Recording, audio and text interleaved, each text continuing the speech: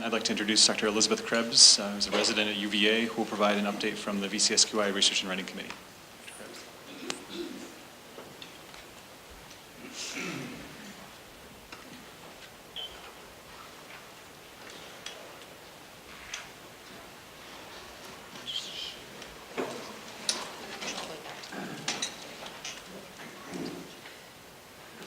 Hi, I'm Elizabeth Krebs. I'm one of the research residents at UVA right now, and I'm giving an update on some of the recent activity from the Research and Writing Committee.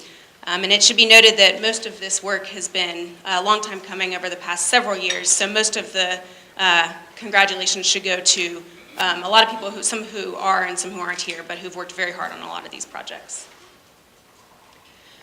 So in the past year, or since February 2017, there's been wild success in publishing and presenting work from the VCSQI.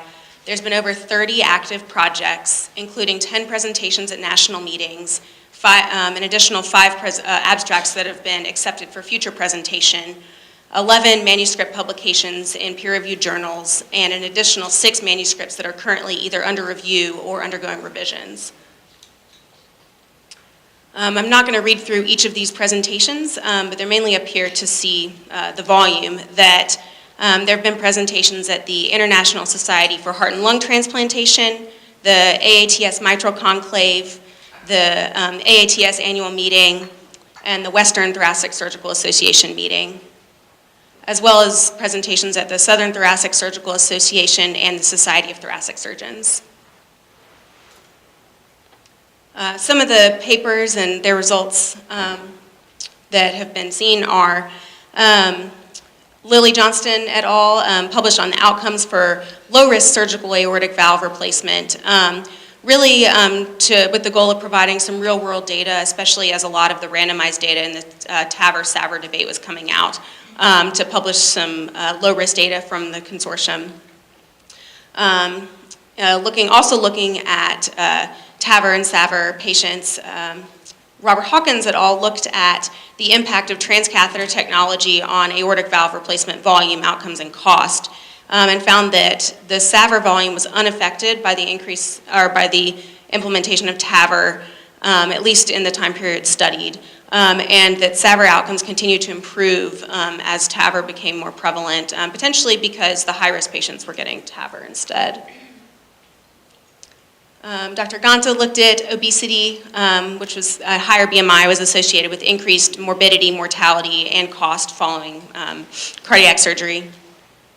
And then Robert Hawkins looked at regional practice patterns and outcomes of surgery for acute type A aortic dissection, finding that there was increased complexity of cases over time, but despite this increased complexity, the outcomes were really fairly stable over time.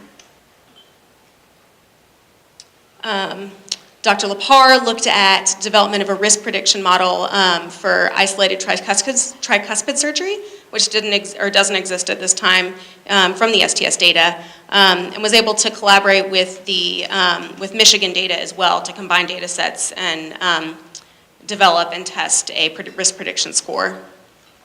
And then Hunter Mahaffey et al. Looked at contemporary outcomes in reoperative mitral valve surgery, finding that approximately 10% of mitral valve surgeries are reoperative surgeries, and finding that outcomes were improving over time and most were better than predicted.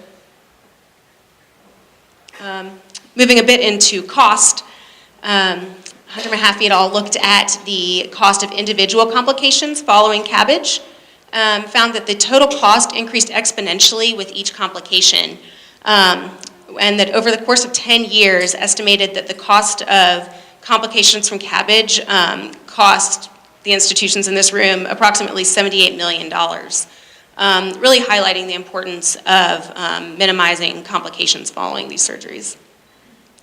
And then Lily Johnston compared outcomes from Cabbage versus valve surgeries to see if institutions were better at one than the other, or whether or not the outcomes were correlated with each other, and found that there was little correlation between valve and Cabbage mortality, but there was a very high correlation between morbidity between Valve outcomes and Cabbage outcomes at each institution, pointing towards the potential that this was due to postoperative care rather than the technicalities of the operations themselves. Robert Hawkins et al. Looked at the potential for a bundled payment proposal and its potential impact on Cabbage payment throughout the state. This is when there was a proposed proposal to bundle all the payments together, and to do this as a pilot program over 5 years. He looked at 2015 as the example year, and found that there was a wide variation of cost between hospitals, anywhere from $27,000 to $74,000 per year, and predicted that the bundled payment proposal, if implemented, would have a large burden of financial risk that was shifted to the hospitals, which was concerning for restricting access to care in high-risk patients. And then Eric Charles et al. Looked at the impact of Medicaid expansion on cardiac surgery volume and outcomes, comparing Virginia, which did not have Medicaid expansion, with Michigan, which did have Medicaid expansion, and looked at outcomes over that time period, finding that the expansion state, or Michigan, had fewer uninsured patients with lower risk patients and lower morbidity than Virginia, which did not expand during that time period. We have a number of ongoing projects as well, including looking at the impact of public reporting on risk aversion in cardiac surgery, looking at the impact of transfer status amongst institutions on outcomes, the question of whether or not emergent and salvage operations should be included in the STS risk models and reporting, the estimated cost increase of SAVR to TAVR migration for isolated aortic valve replacement, the question of whether or not routine extubation overnight is safe in cardiac surgery patients, and the question of appropriate or ideal antibiotic prophylaxis for LVAD patients. So a few of these have been, or a number of these have been accepted for presentation in the upcoming year. And so in conclusion, there's been a very high research productivity in the past year and also in the years before that. The multi-center nature of this data, and especially the cost data, really give the ability to contribute to research and policy at a national level, which is seen by the number of presentations and publications. Some of the future directions are the committee recently developed and approved an Authorship Guidelines protocol.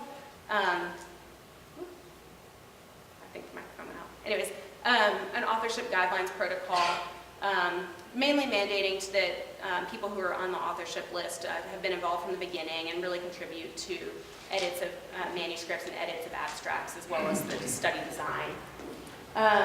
We're looking at getting improved data on readmissions and mortality, as you guys discussed, to really get a good picture of true mortality past the operative mortality 30-day and in-hospital metric that we're using now. Improving the combined TAVR and PCI data into the surgical data to answer new questions, and then